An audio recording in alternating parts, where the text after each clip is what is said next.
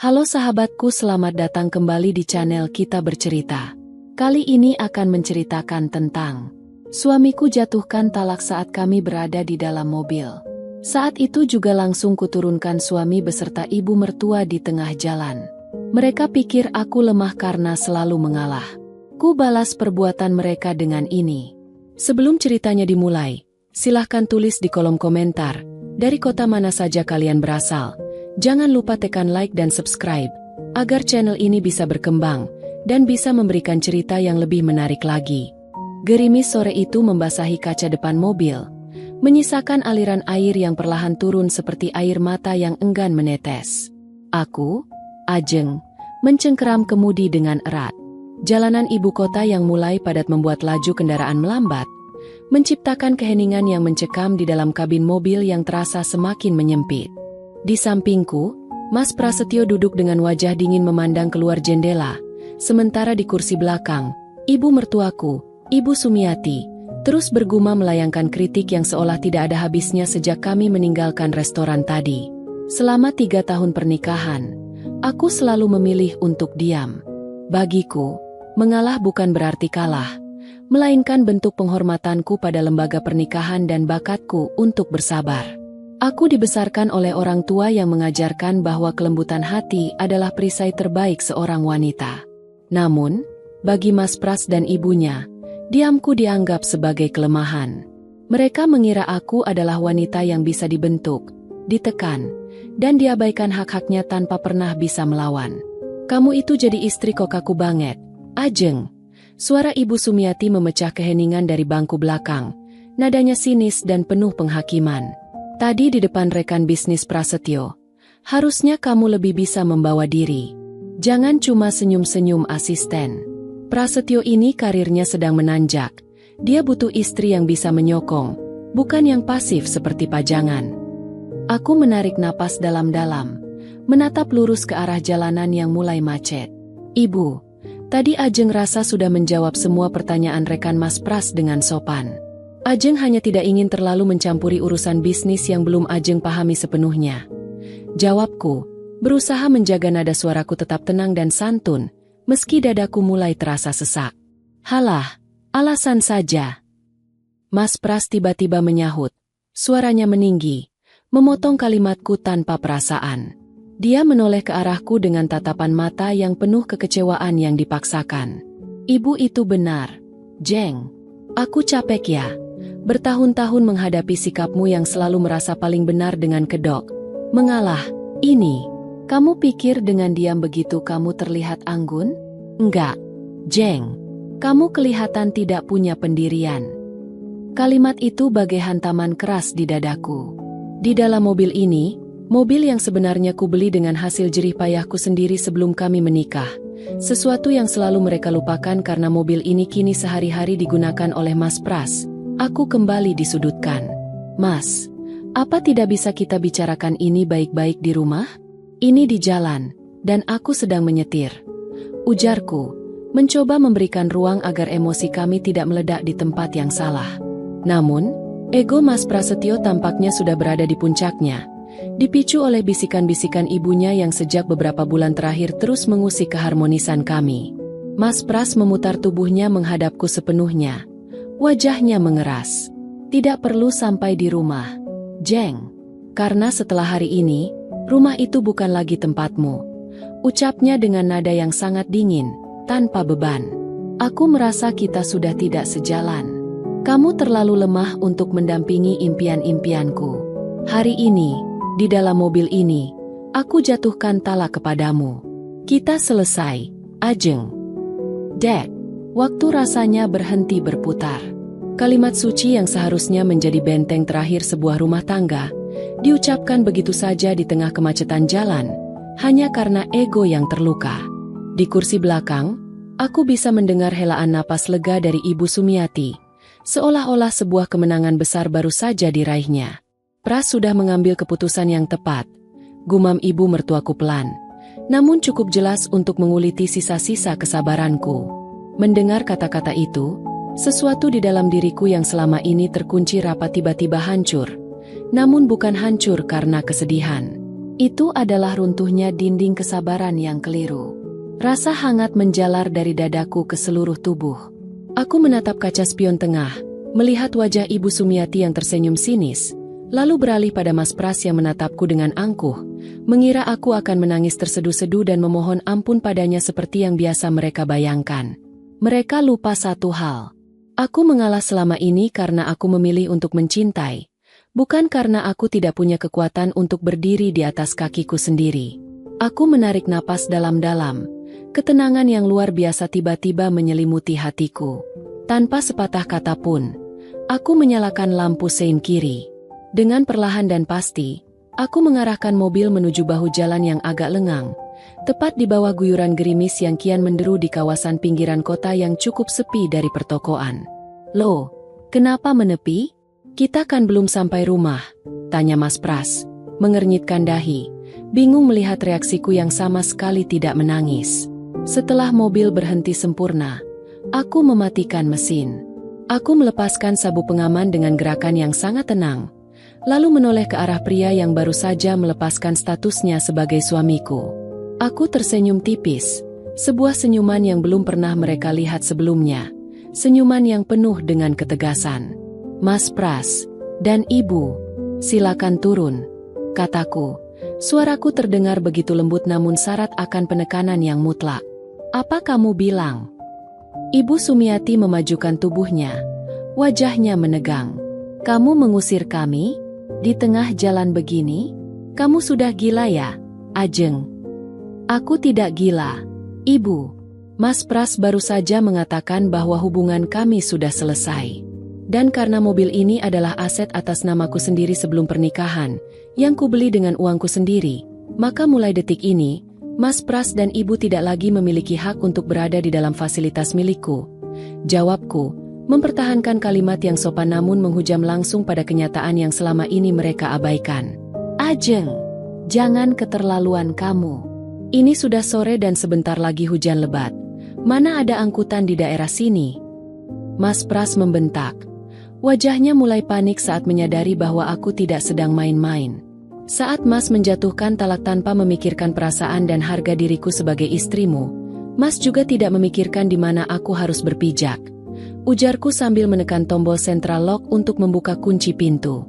"Silakan turun. Aku tidak ingin mengulanginya lagi." Dengan rasa gengsi yang tinggi namun wajah yang pucat pasi, Mas Pras akhirnya membuka pintu mobil. Dia membantu ibunya turun ke aspal yang basah. Begitu kedua kaki mereka menapak di luar, sebelum mereka sempat melontarkan makian lebih lanjut, aku segera menutup pintu, mengunci rapat seluruh jendela, dan menyalakan mesin. Melalui kaca spion, aku melihat mereka berdiri di pinggir jalan, kebingungan di bawah rintik hujan yang mulai membasahi pakaian mereka. Mereka mengira aku lemah karena selalu mengalah. Namun mereka lupa bahwa wanita yang paling sabar sekalipun memiliki batas di mana dia akan berbalik dan berjalan pergi tanpa pernah menoleh lagi. Dan ini barulah awal. Aku tidak akan membalas dengan amarah yang sia-sia atau caci maki. Aku akan membalas perbuatan mereka dengan cara yang jauh lebih elegan, menunjukkan kepada mereka bagaimana rasanya kehilangan wanita yang selama ini menjadi pilar terkuat dalam hidup mereka. Sementara aku melangkah menuju kesuksesan yang jauh lebih tinggi tanpa beban mereka di pundakku. Deru mesin mobil beromset ratusan juta ini terasa begitu halus, kontras dengan gemuruh di dalam dadaku yang perlahan mulai mereda, digantikan oleh rasa lega yang luar biasa. Di kaca spion, bayangan Mas Pras dan Ibu Sumiati kian mengecil hingga akhirnya lenyap di tikungan jalan yang diguyur hujan. Untuk pertama kalinya dalam 3 tahun terakhir, aku bernapas tanpa merasa ada beban tak kasat mata yang menghimpit paru-paruku. Aku tidak menangis. Tidak ada satu tetes pun air mata yang jatuh menuruni pipiku. Aku sendiri pun terkejut dengan ketenangan ini. Mungkin, rasa sakit yang bertumpuk-tumpuk selama ini telah menjelma menjadi beton yang kokoh di dalam hatiku. Ketika talak itu diucapkan, beton itu tidak hancur, melainkan mengunci rapat semua celah kesedihan dan menyisakan ruang murni untuk logika. Aku mengarahkan kendaraan menuju rumah peninggalan almarhum ayahku di pinggiran kota, bukan ke rumah kontrakan yang selama ini aku dan Mas Pras tempati.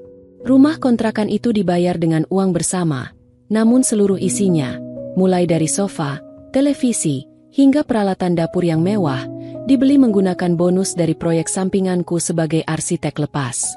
Mereka selalu mengira bahwa penghasilanku sebagai arsitek hanyalah uang jajan kecil. Sementara gaji Mas Pras sebagai manajer menengah di sebuah perusahaan swasta adalah segalanya. Mereka tidak pernah tahu, di balik sikap diamku, tabunganku jauh lebih dari cukup untuk membeli harga diri mereka.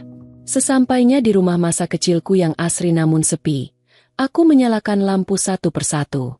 Kehangatan rumah ini menyambutku, seolah mendiang ayah dan ibu sedang memelukku dan berbisik bahwa semuanya akan baik-baik saja. Aku duduk di sofa ruang tamu, mengambil ponsel dari dalam tas. Benar saja, ada belasan panggilan tak terjawab dari Mas Pras, diikuti oleh rentetan pesan singkat yang nadanya berubah-ubah.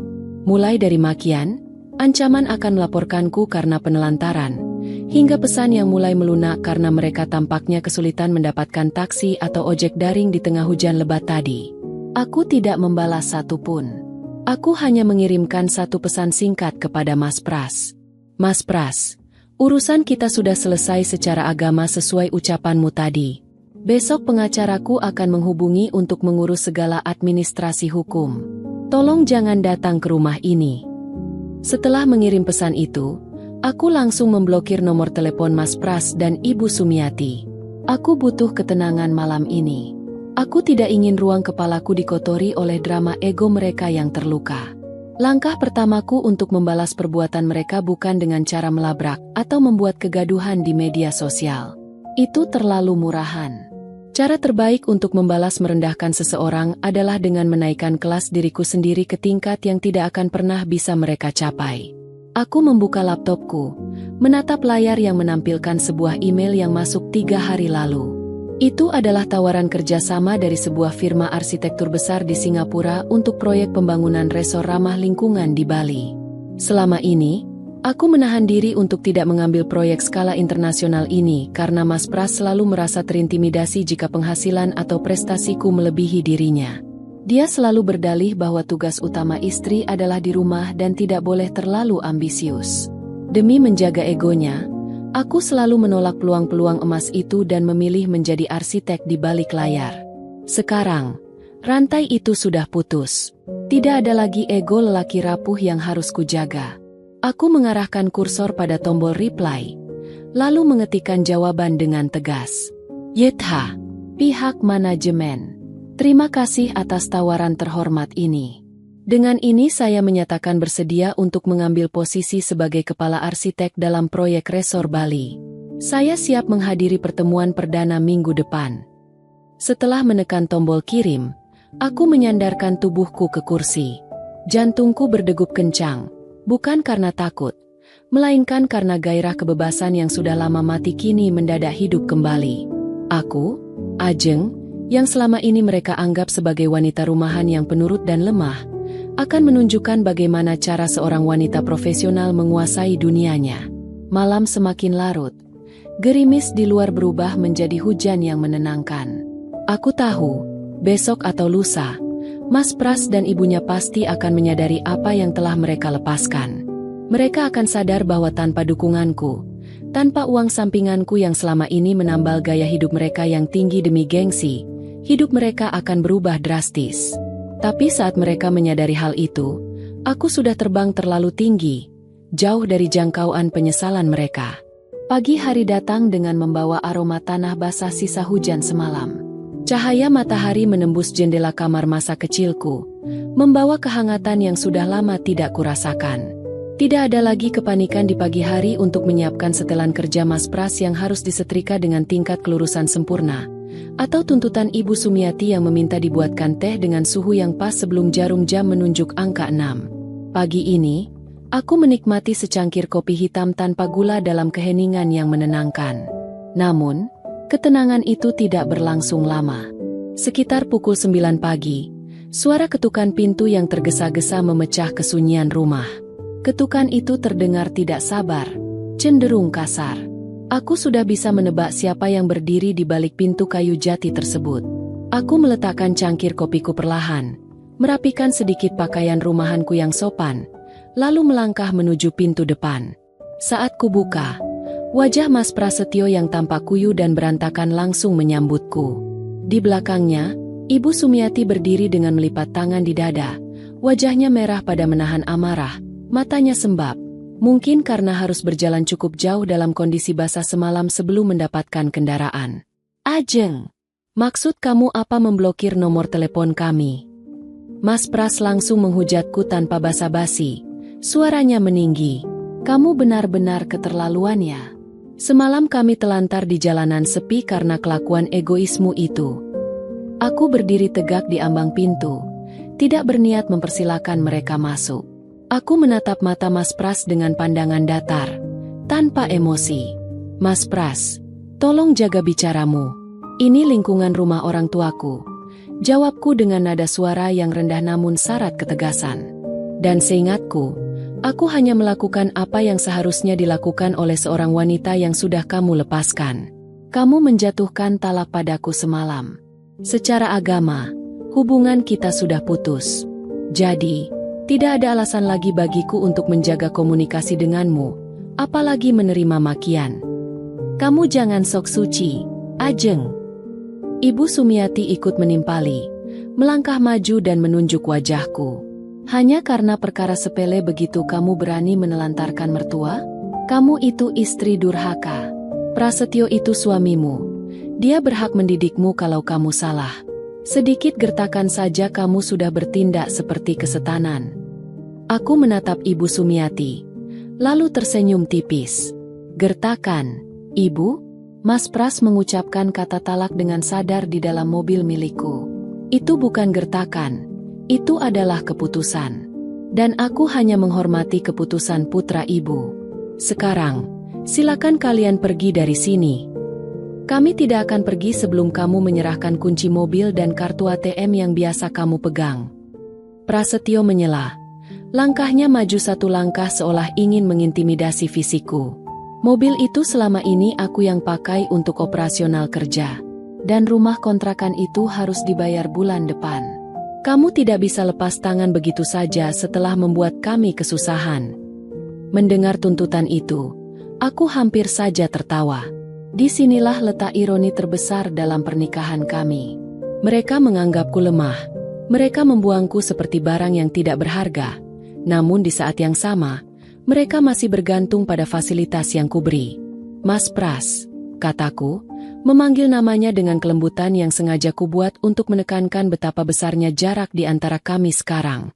Mobil itu dibeli atas namaku, dengan uang mukaku, dan cicilannya diselesaikan olehku sebelum kita menikah. Surat-suratnya ada di tangan pengacaraku sekarang. Mulai hari ini, silakan kamu naik transportasi umum atau beli mobil baru dengan gajimu sendiri yang selalu kamu banggakan itu. Wajah Mas Pras seketika berubah pucat. Lalu bagaimana dengan biaya hidup dan kontrakan? Kamu kan tahu gajiku bulan ini sudah terpakai untuk investasi bisnis bersama temanku. Itu bukan lagi urusanku, Mas. Hubungi saja rekan bisnismu, atau minta bantuan ibu. Jawabku tenang. Oh, satu lagi. Mulai siang ini, orang-orangku akan datang ke rumah kontrakan untuk mengambil seluruh perabotan dan barang-barang pribadi milikku yang kubeli dengan uangku sendiri. Silakan rapikan barang-barang kalian sebelum mereka datang. Ajeng, kamu tidak bisa sekejam ini, teriak Ibu Sumiati. Suaranya mulai melengking panik. Mereka baru menyadari bahwa wanita yang selama ini selalu mengalah dan diam, kini telah berubah menjadi dinding batu yang tidak bisa didebat. Aku tidak kejam, Ibu. Aku hanya menempatkan diri sesuai dengan posisi yang kalian berikan semalam, ujarku sambil perlahan menarik gagang pintu. Permisi, aku harus bersiap. Hari ini aku ada janji temu dengan firma hukum dan penandatanganan kontrak kerja internasional. Selamat pagi. Sebelum mereka sempat berteriak lebih jauh, aku menutup pintu rumah dengan rapat dan menguncinya. Dari balik jendela, aku bisa melihat Mas Prasetyo yang frustrasi memukul tiang teras, sementara ibunya terduduk di anak tangga dengan wajah yang dipenuhi ketakutan akan masa depan yang tiba-tiba berbalik 180 derajat. Aku berbalik memunggungi pintu, menyandarkan punggungku, dan tersenyum. Ini barulah permulaan dari runtuhnya istana pasir yang mereka bangun di atas kesabaranku. Toko kopi di sudut area bisnis itu terasa sejuk. Aroma biji kopi yang dipanggang menenangkan saraf-sarafku yang sempat menegang akibat kedatangan Mas Pras dan ibunya tadi pagi. Aku duduk di dekat jendela besar yang menghadap ke jalanan kota, menatap rintik gerimis yang kembali turun. Di hadapanku duduk Pak Baskoro, seorang pengacara senior yang dahulu merupakan sahabat karib almarhum ayahku. Di samping laptopku, map tebal berisi berkas-berkas kepemilikan aset dan draft gugatan cerai sudah tertata rapi. Semua dokumen sudah lengkap, Ajeng, ujar Pak Baskoro setelah menyesap teh hangatnya. Beliau menatapku dengan tatapan kebapakan yang penuh simpati sekaligus kekaguman. Mobil, perabotan, hingga tabungan pribadi atas namamu sepenuhnya aman dari tuntutan harta gono gini. Mengingat Mas Prasetyo sudah menjatuhkan talak secara lisan dan ada bukti pesan singkat yang mengakui hal tersebut, proses administrasi di pengadilan agama akan kita percepat. Terima kasih banyak, Pak Baskoro, jawabku dengan senyuman tulus. Aku hanya ingin semuanya selesai dengan bersih, tanpa keributan yang tidak perlu, namun juga tanpa menyisakan satu celah pun bagi mereka untuk memanfaatkan apa yang menjadi hak milikku. Kamu sangat dewasa, Jeng. Ayahmu pasti bangga melihat putrinya tumbuh menjadi wanita yang sekuat ini, puji Pak Baskoro lembut. Lalu, bagaimana dengan rencana keberangkatanmu ke Bali untuk proyek resor internasional itu? Semua berjalan sesuai rencana, Pak. Selesai dari sini, saya akan langsung menuju kantor perwakilan firma Singapura untuk menandatangani kontrak kerja. Setelah itu, saya akan fokus pada persiapan teknis sebelum tim berangkat ke Bali bulan depan, jelasku. Ada binar penuh semangat di mataku saat membicarakan masa depan yang kini sepenuhnya berada di tanganku. Setelah menyelesaikan urusan hukum dan berpamitan dengan Pak Baskoro, aku melangkah keluar menuju mobilku yang terparkir di pelataran. Rasanya sungguh berbeda menyetir mobil ini sekarang. Jika dulu aku merasa seperti sopir di bawah tekanan kritik Mas Pras dan Ibu Sumiati, kini kemudi ini adalah simbol kendali penuh atas hidupku sendiri. Aku memacu kendaraan membelah jalanan kota yang basah menuju kawasan Sudirman, tempat kantor perwakilan firma Singapura berada. Proses penandatanganan kontrak berjalan dengan sangat profesional. Pihak manajemen menyambutku dengan penghormatan yang sangat tinggi atas portofolio desainku yang selama ini sengaja kusembunyikan dari publik demi menjaga ego Mas Pras. Angka nilai kontrak yang tertera di dokumen tersebut bahkan membuatku sempat menahan napas sejenak.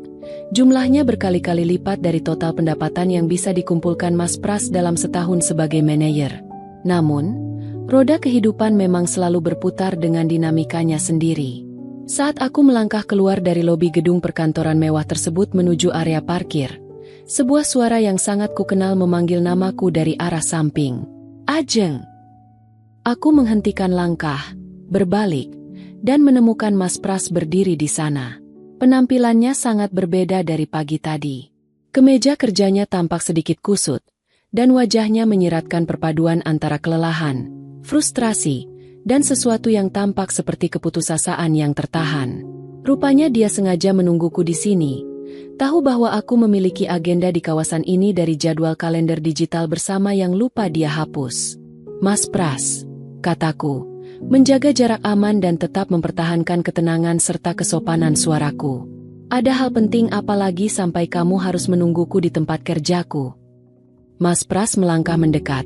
Matanya menatap map logo firma internasional yang kupegang, lalu beralih ke wajahku.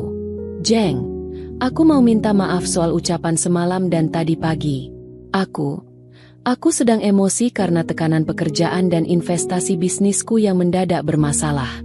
Tolong jangan bawa masalah ini ke pengacara. Kita bisa bicarakan ini baik-baik di rumah. Jeng, ibu juga menyesal atas ucapannya tadi pagi. Aku menatap pria yang pernah menjadi pusat duniaku itu. Tidak ada lagi rasa benci, tidak ada lagi rasa cinta. Yang tersisa hanyalah rasa hambar yang mendalam. Aku tahu persis mengapa sikapnya berubah drastis secepat ini. Orang-orangku pasti sudah mulai mengosongkan perabotan di rumah kontrakan, dan dia baru saja menyadari bahwa tanpa aku, dia tidak memiliki apa-apa untuk mempertahankan gaya hidupnya. Mas Pras, ujarku dengan suara yang sangat tenang namun bergetar oleh keyakinan yang mutlak. Kata talak yang kamu ucapkan di dalam mobil semalam bukan sekadar kata-kata yang bisa ditarik kembali saat kamu menyadari bahwa hidup tanpaku ternyata sulit.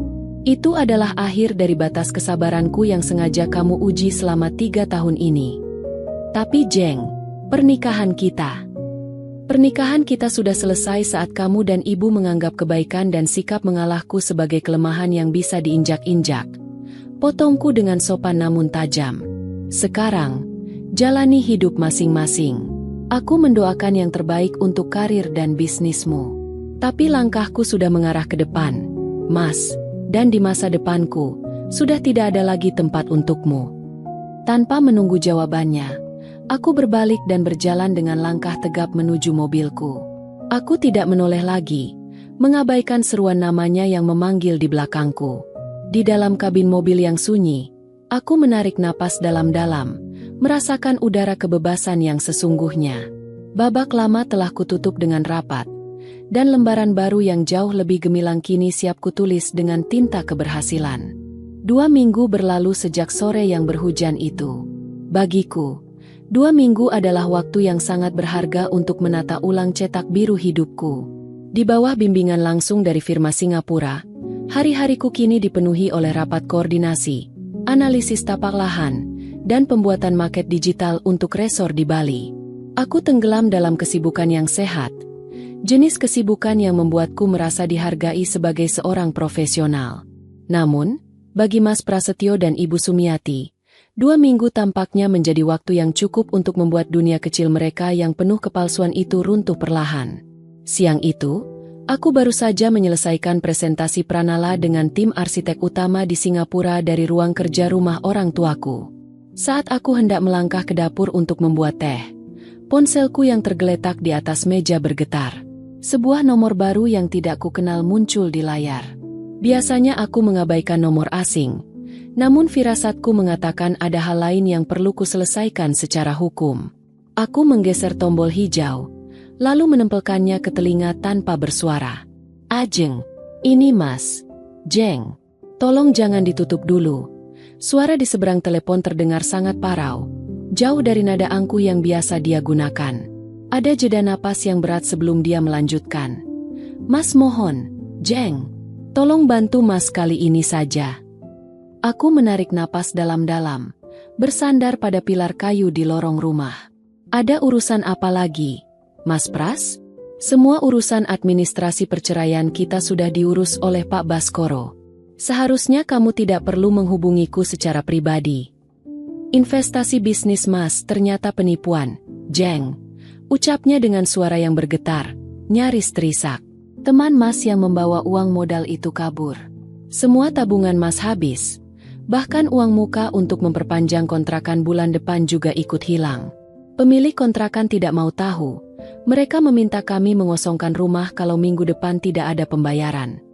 Aku terdiam sejenak. Aku tidak merasa terkejut, pun tidak merasa puas atas kemalangannya. Ini adalah konsekuensi logis dari keputusannya yang selalu terburu-buru, mengambil risiko besar hanya demi terlihat sukses di mata lingkungan sosialnya tanpa pernah mau mendengarkan analisis keuanganku yang seorang arsitek sekaligus perencana. Lalu, apa hubungannya denganku, Mas? Tanyaku datar.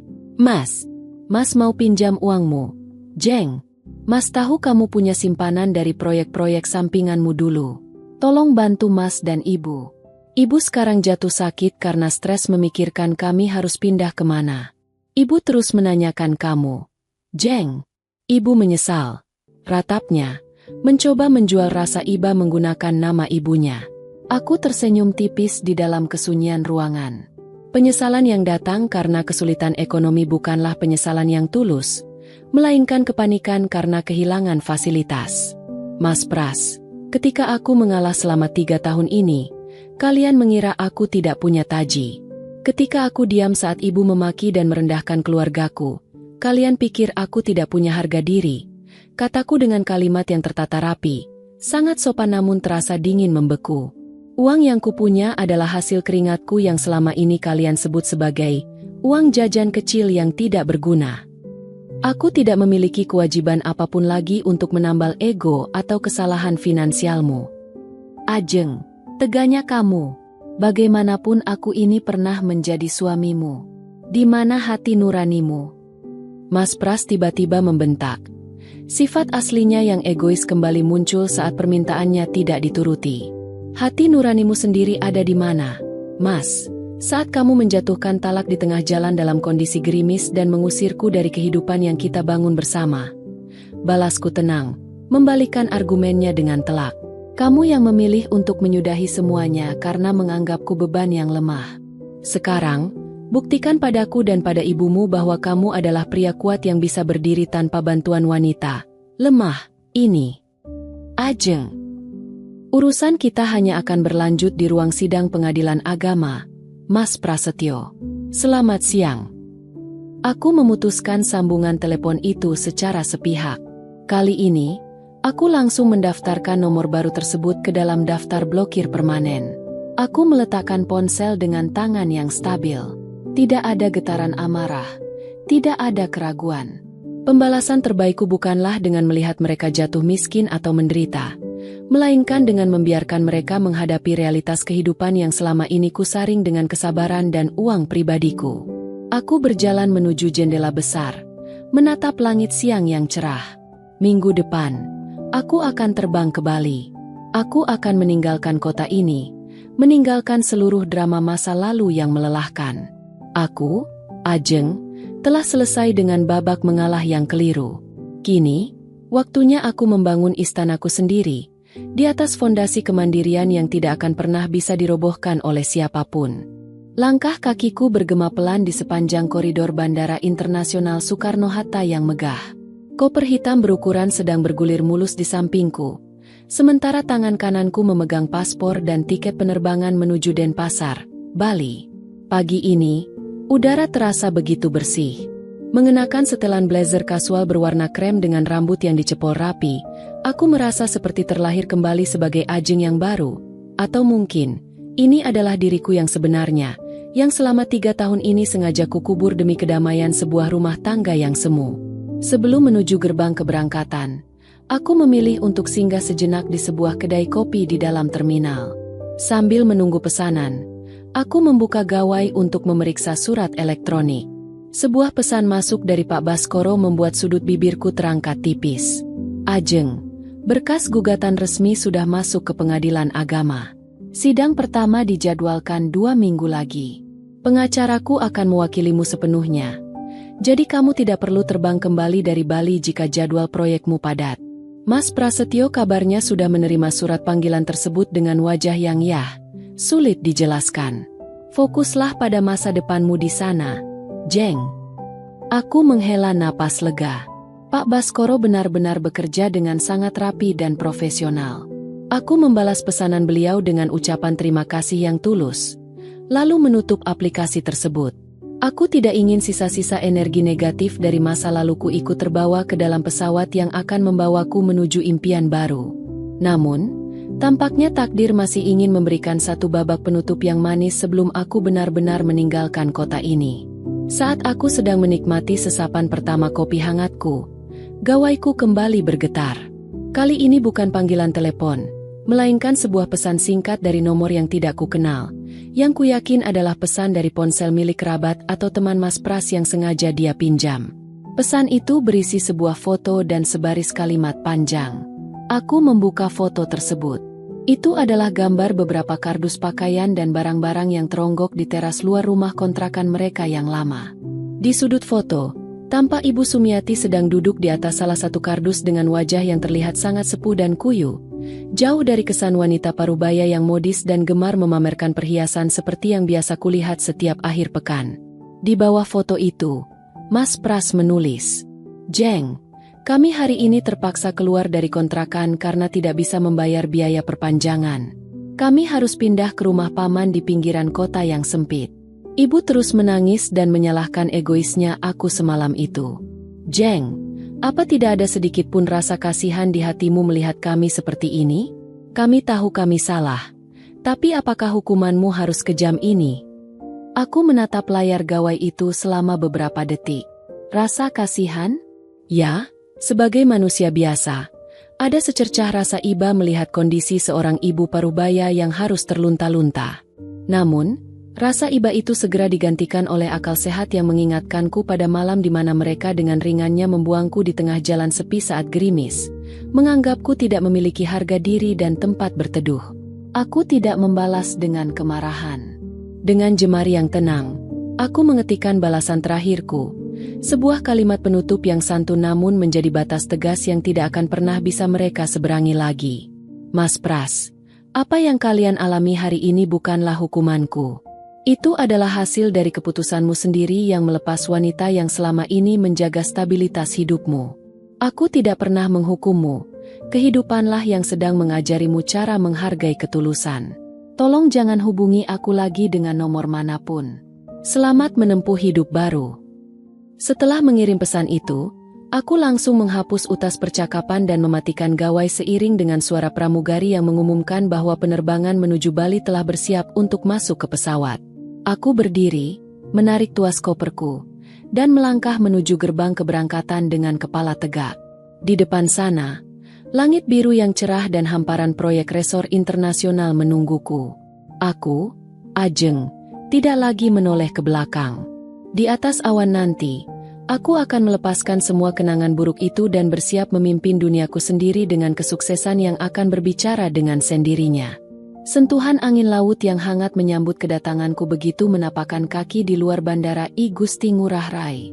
Langit Bali sore itu berwarna jingga keemasan, bersih tanpa mendung sedikitpun. Pemandangan ini seolah menjadi simbol yang kontras dengan langit mendung Jakarta yang kutinggalkan beberapa jam lalu.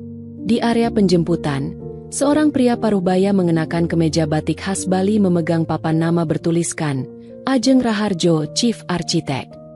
Selamat datang di Bali, Ibu Ajeng. Sapa pria itu yang memperkenalkan diri sebagai Pak Putu, pengemudi sekaligus perwakilan dari kantor cabang lokal yang ditugaskan untuk mendampingiku selama proyek berjalan. Terima kasih, Pak Putu. Mohon bantuannya selama saya di sini. Jawabku ramah sambil memberikan senyuman terbaikku. Perjalanan menuju hotel tempatku menginap di kawasan Sanur berlangsung dengan nyaman. Sepanjang jalan, Pak Putu menceritakan banyak hal tentang budaya setempat dan perkembangan awal di area tapak lahan resor yang akan kami bangun. Aku mendengarkan dengan antusias, sesekali mencatat poin-poin penting di buku agenda kecilku. Fokusku kini sepenuhnya terarah pada struktur tanah, material lokal yang bisa dieksplorasi, dan bagaimana konsep ramah lingkungan dari Singapura bisa menyatu dengan kearifan lokal Bali. Malam harinya, aku duduk di balkon kamar hotel yang langsung menghadap ke arah pantai. Suara deburan ombak yang ritmis menciptakan melodi alam yang menenangkan pikiran. Aku membuka laptop untuk meninjau kembali berkas cetak biru yang akan kupresentasikan pada rapat pleno esok pagi bersama seluruh jajaran direksi dan investor utama. Saat sedang memeriksa detail konstruksi pada bagian lobi resor, sebuah notifikasi surat elektronik masuk.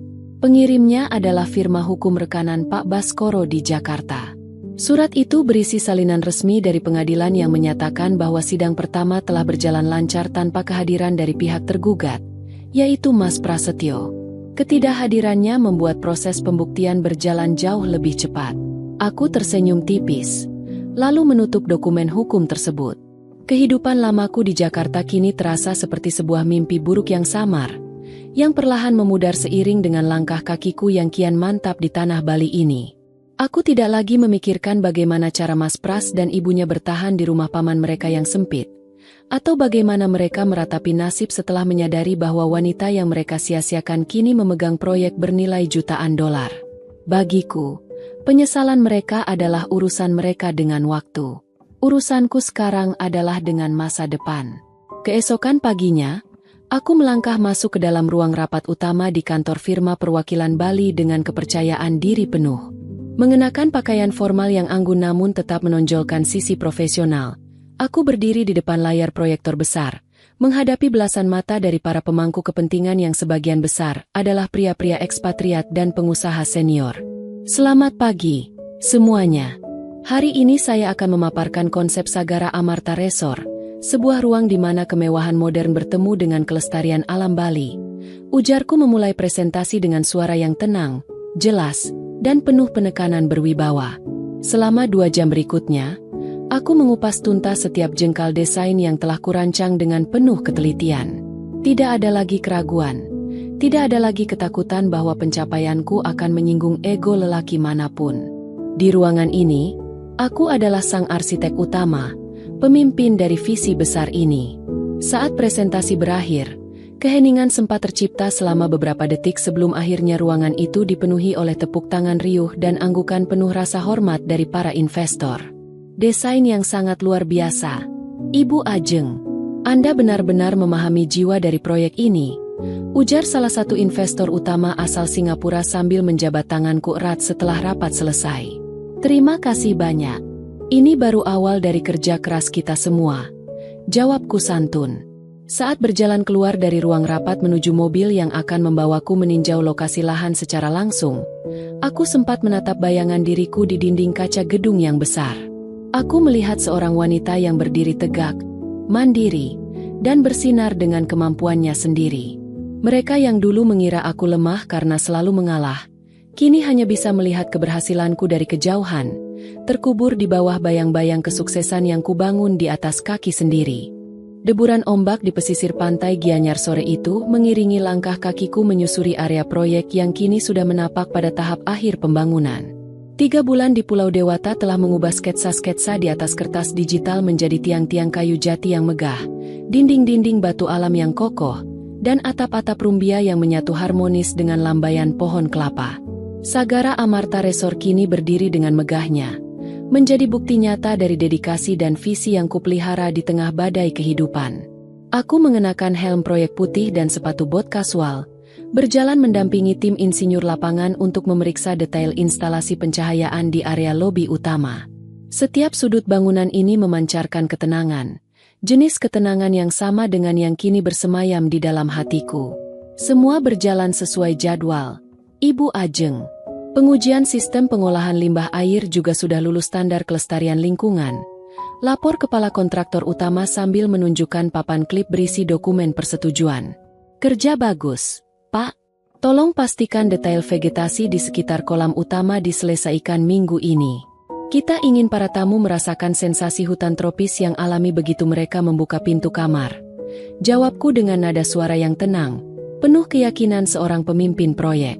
Setelah tim lapangan membubarkan diri untuk melanjutkan tugas masing-masing, aku berjalan menuju dek pandang yang menjorok ke arah laut. Aku duduk di salah satu kursi kayu yang baru selesai divernis, membiarkan angin laut membelai wajahku. Ponsel di dalam saku blazerku bergetar. Aku mengambilnya dan melihat sebuah pesan dokumen PDF dari Pak Baskoro. Ketika kubuka, dokumen itu menampilkan surat keputusan resmi dari Pengadilan Agama Jakarta. Garis-garis kalimat di dalamnya menyatakan dengan tegas bahwa hubunganku dengan Prasetyo telah resmi putus secara hukum negara melalui keputusan Verstek. Tidak ada tuntutan harta gonogini yang dikabulkan untuk pihak tergugat, dan hak kepemilikan mutlak atas seluruh aset pranikah berada sepenuhnya di tanganku. Bersamaan dengan surat itu, ada sebuah pesan singkat dari Pak Baskoro. Selamat, Ajeng. Hari ini kamu resmi menjadi wanita yang sepenuhnya merdeka. Kabar terakhir yang saya dengar dari rekan di lapangan, Prasetyo kini bekerja sebagai staf biasa di perusahaan pinggiran kota setelah investasi bodongnya menyita seluruh sisa energinya. Ibu Sumiati juga dikabarkan sudah pulang ke kampung halaman, karena tidak kuat menahan rasa malu dari gunjingan tetangga di rumah pamannya. Mereka memanen apa yang mereka tanam. Jeng, semoga sukses dengan peluncuran resormu besok. Aku membaca pesan itu tanpa ada gejolak dendam yang tersisa. Informasi tentang kejatuhan mereka tidak membuatku melompat kegirangan, tidak juga membuatku merasa iba hingga ingin kembali. Mereka hanyalah babak lama yang sudah selesai kubaca dan telah kututup rapat-rapat di perpustakaan masa laluku. Pembalasan terbaikku bukanlah kehancuran mereka, melainkan pembangunan diriku sendiri menjadi sosok yang tidak akan pernah bisa mereka gapai lagi. Keesokan paginya, hari yang dinanti pun tiba.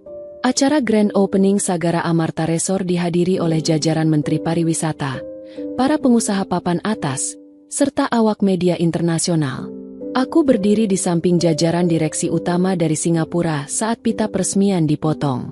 Ketika pembawa acara memanggil namaku untuk memberikan sambutan sebagai kepala arsitek, aku melangkah maju ke podium dengan keanggunan seorang wanita yang telah lulus dari ujian kehidupan. Di hadapan ratusan pasang mata dan jepretan kamera, aku tersenyum hangat. Resor ini dibangun bukan hanya dari beton dan kayu, melainkan dari sebuah keyakinan bahwa keindahan sejati lahir dari kekuatan untuk bertahan dan menghargai alam sekitar.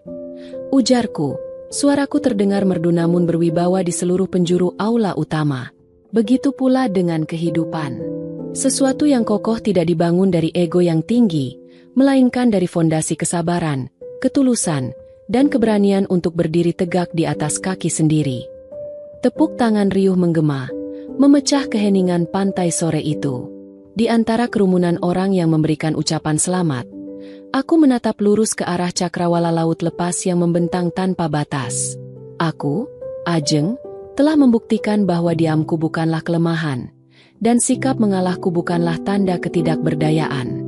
Ketika fondasi rumah tanggaku dihancurkan oleh keangkuhan di tengah jalan yang sepi, aku memilih untuk membangun istana baru yang jauh lebih megah di atas kemandirianku sendiri.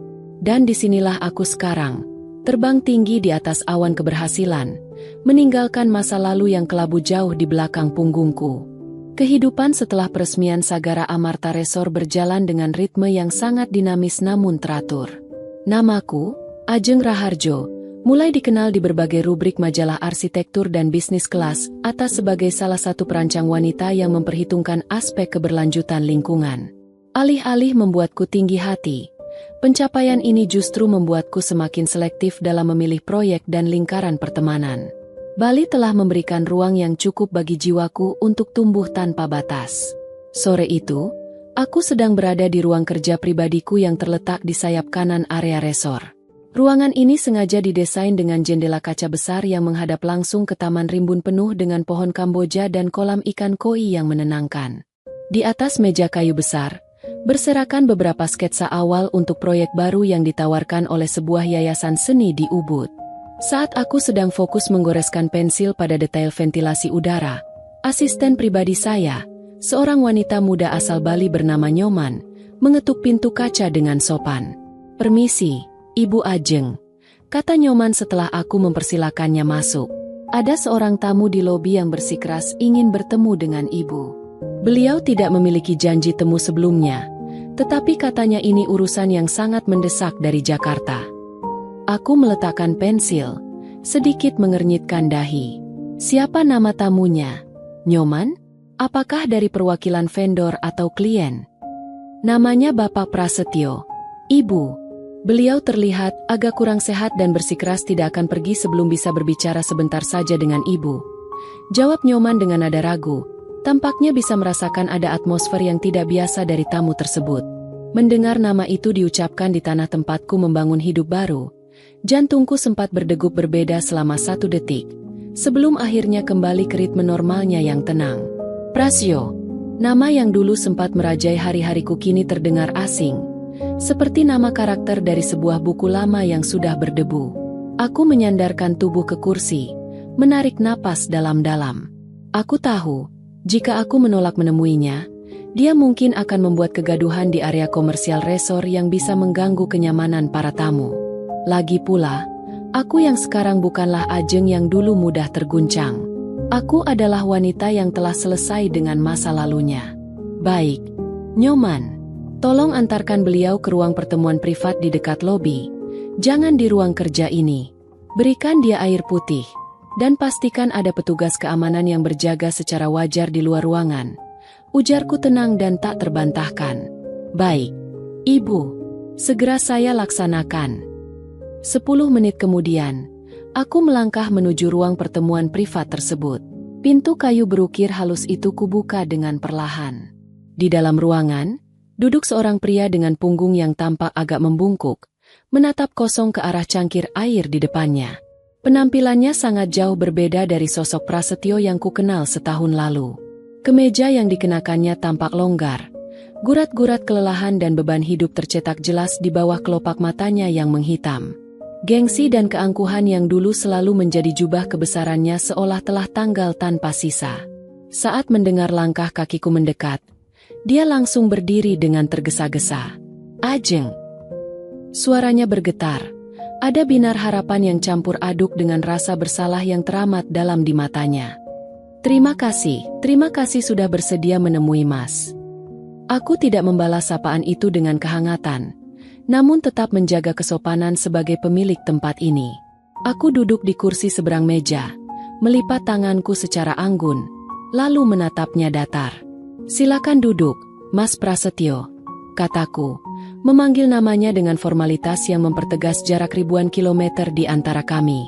Ada keperluan apa sampai kamu jauh-jauh datang ke Bali dan mencari saya di tempat kerja saya? Prasetyo perlahan duduk kembali. Jemarinya saling bertautan dengan gelisah. Mas sengaja kesini setelah melihat tokomu. Maksudku, resormu ini di berita. Mas ikut bangga. Jeng, kamu benar-benar hebat. Terima kasih untuk apresiasinya. Namun, jika hanya untuk mengatakan itu, saya rasa tidak perlu sampai datang tanpa janji. Jawabku langsung pada intinya, menjaga agar percakapan tidak melantur ke arah sentimental yang sia-sia. Pria di hadapanku menunduk, menatap meja dengan nanar. Mas datang untuk meminta maaf secara langsung. Jeng, hidup Mas hancur sejak hari itu. Investasi Mas gagal total. Pekerjaan Mas di kantor yang lama terpaksa dilepas karena Mas tidak bisa fokus. Dan sekarang, Mas hanya bekerja sebagai staf administrasi biasa dengan gaji yang bahkan sulit untuk membayar biaya pengobatan ibu di kampung. Dia menjeda kalimatnya, menatapku dengan mata yang mulai berkaca-kaca. Ibu terkena stroke ringan. Jeng, di saat-saat sulit seperti ini, Mas baru sadar betapa berharganya kamu dulu. Mas baru sadar kalau selama ini kamulah yang menopang semua beban kita dengan kebaikan dan uangmu. Sementara Mas selalu bersikap sombong. Mas mohon, Jeng beri Mas satu kesempatan untuk memperbaiki semuanya. Mas bersedia menyerahkan seluruh hidup Mas untuk menebus kesalahan di mobil waktu itu. Aku mendengarkan seluruh ratapannya dengan saksama. Tidak ada amarah yang membakar dadaku. Tidak ada pula rasa puas melihatnya memohon seperti itu. Yang kurasakan hanyalah sebuah penegasan bahwa keputusanku 9 bulan lalu adalah hal terbaik yang pernah kulakukan dalam hidupku. Mas Prasetyo, ujarku. Suaraku terdengar lembut namun memiliki ketegasan sedalam samudera. Penyesalanmu datang bukan karena kamu merindukan kehadiranku sebagai istrimu, melainkan karena kamu merindukan kemudahan hidup yang kuhadirkan untukmu. Kamu merindukan fasilitas, ketenangan finansial, dan pengorbanan tanpa batas yang dulu kuberikan secara gratis atas nama cinta. Prasetyo tertegun, bibirnya bergetar ingin menyanggah. Namun kata-kataku mengunci suaranya. Saat kamu menjatuhkan talak di dalam mobil dan mengusirku di tengah gerimis, kamu sedang membuang wanita yang paling tulus menyertai perjuanganmu dari nol. Lanjutku tanpa mengubah nada suara. Sekarang, pintu itu sudah tertutup rapat dan kuncinya sudah kubuang ke laut. Aku memaafkan semua perbuatanmu dan ibumu, demi kedamaian hatiku sendiri. Namun, memaafkan tidak berarti mengizinkanmu kembali masuk ke dalam hidupku yang sekarang. Aku berdiri dari kursi, merapikan blazetku dengan gerakan yang sangat tenang. Urusan kita sudah selesai secara hukum dan agama. Untuk masalah pengobatan ibumu, saya akan meminta Nyoman untuk mengirimkan bantuan finansial secara wajar ke rekeningmu sebagai bentuk kemanusiaan, bukan karena hubungan masa lalu. Setelah ini, tolong kembali ke Jakarta dan jangan pernah datangi tempat ini lagi. Prasetyo menatapku dengan tatapan kosong, menyadari bahwa wanita lembut yang dulu selalu mengalah kini telah bertransformasi menjadi sosok yang tak tergoyahkan oleh air mata penyesalan.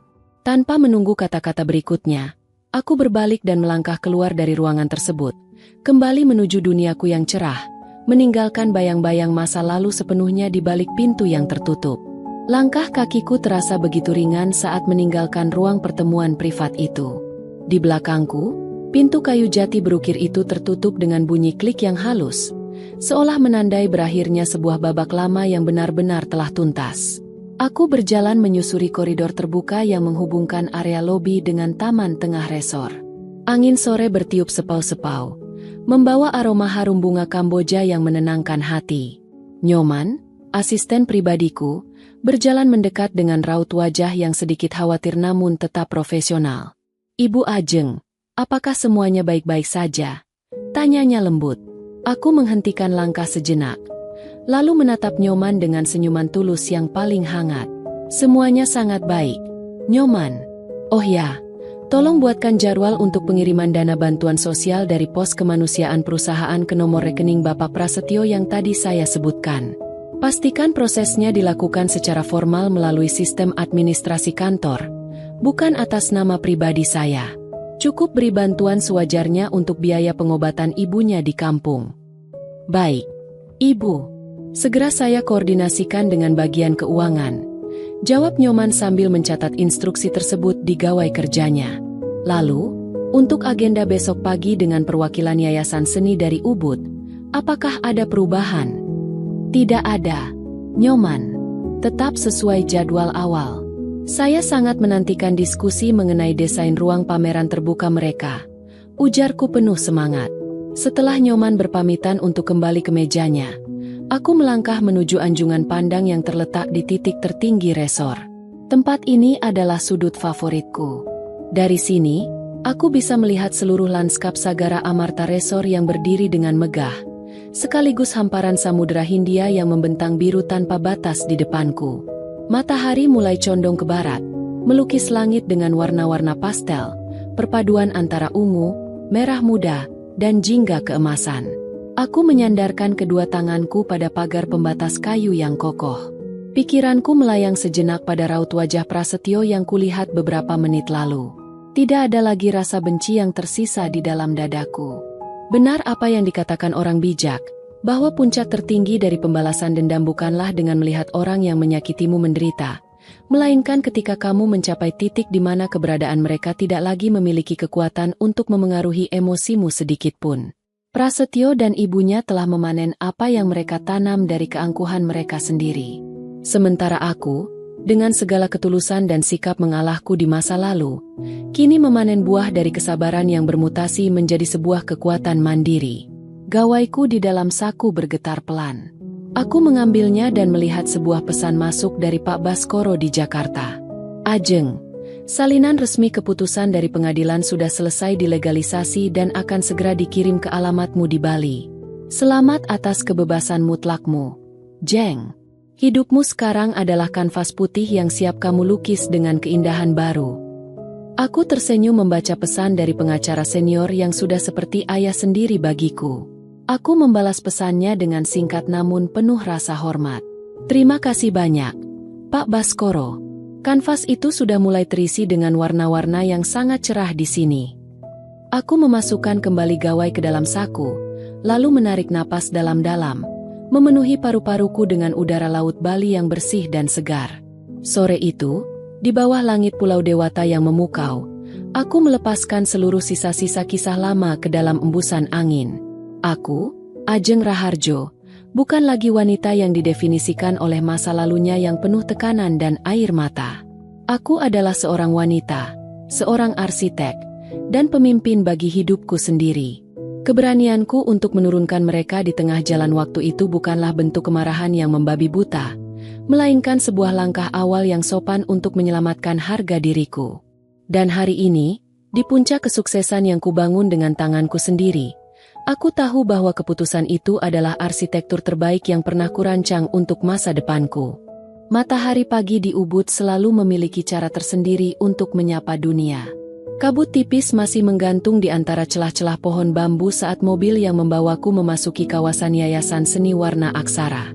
Udara di sini jauh lebih sejuk dibandingkan dengan kawasan pesisir Sanur, membawa aroma lumut basah dan bunga-bunga sesajen yang baru saja diletakkan di depan gerbang-gerbang batu. Aku turun dari mobil membawa tas jinjing berisi iPad Pro dan beberapa gulungan kertas kalkir. Pagi ini, aku tidak lagi memikirkan bayang-bayang Prasetyo yang sempat singgah di resorku beberapa hari lalu. Kehadirannya tempo hari tak ubahnya seperti debu yang sekadar lewat di depan mata, sempat membuat berkedip, namun segera hilang disapu angin. Fokusku hari ini adalah memberikan bentuk visual bagi impian para seniman lokal Bali. Selamat pagi, Ibu Ajeng. Suatu kehormatan besar bagi kami bisa menghadirkan Anda di sini, sapa Cokorda Gede, ketua yayasan seni tersebut, seorang pria parubaya berwajah teduh dengan pakaian adat Madya yang bersahaja. Selamat pagi, Cok Gede. Terima kasih kembali atas kepercayaannya. Saya sangat terpukau dengan atmosfer tempat ini. Jawabku dengan senyuman tulus sembari menjabat tangannya hangat. Kami berjalan menuju sebuah bel bengong terbuka yang menghadap langsung ke arah tebing sungai yang hijau. Di atas meja kayu panjang, beberapa cangkir teh serai hangat telah disiapkan. Pertemuan ini tidak terasa seperti rapat bisnis yang kaku seperti yang biasa kuhadapi bersama Mas Pras dulu, di mana setiap pembicaraan selalu diukur dengan angka, gengsi, dan untung rugi materi.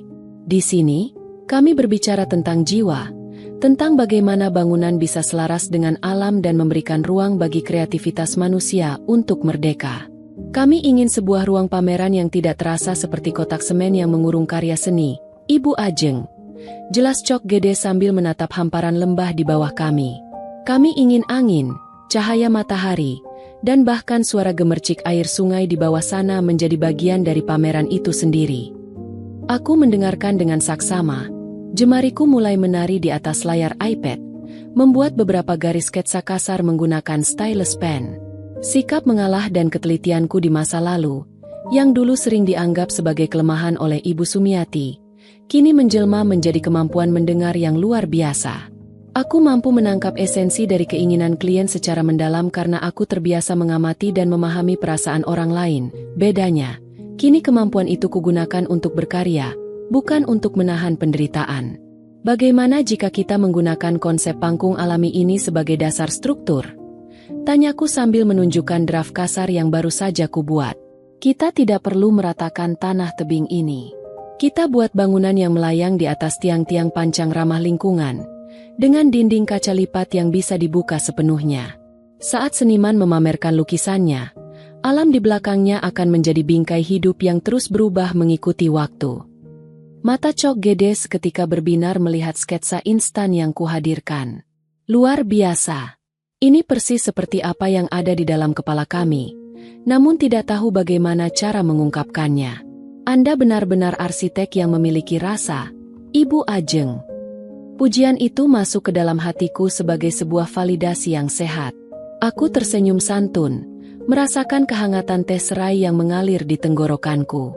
Diskusi kami berlangsung hingga tengah hari tanpa terasa buru-buru. Setelah menyepakati garis besar konsep dan lini masa proyek, aku berpamitan untuk kembali ke Sanur. Di dalam perjalanan pulang, aku menatap keluar jendela mobil, memandangi jajaran pura dan toko kerajinan yang berjajar di sepanjang jalan Ubud. Gawaiku bergetar pendek. Sebuah notifikasi dari ban masuk, menampilkan laporan bahwa dana bantuan kemanusiaan yang kuinstruksikan kemarin telah berhasil ditransfer ke rekening Prasetyo melalui akun sosial perusahaan.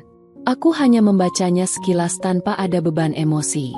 Bantuan itu adalah titik final yang mutlak dari sisi kemanusiaanku. Aku tidak berutang apapun lagi pada masa lalu, dan masa lalu tidak lagi memiliki hak atas masa depanku. Aku menyandarkan kepala pada sandaran kursi mobil yang nyaman, memejamkan mata sejenak menikmati alunan musik instrumental Bali yang mengalun dari pemutar lagu.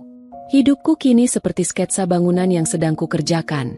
Fondasinya kuat, strukturnya kokoh, dan ruang-ruangnya terbuka lebar untuk menerima cahaya-cahaya baru yang lebih indah.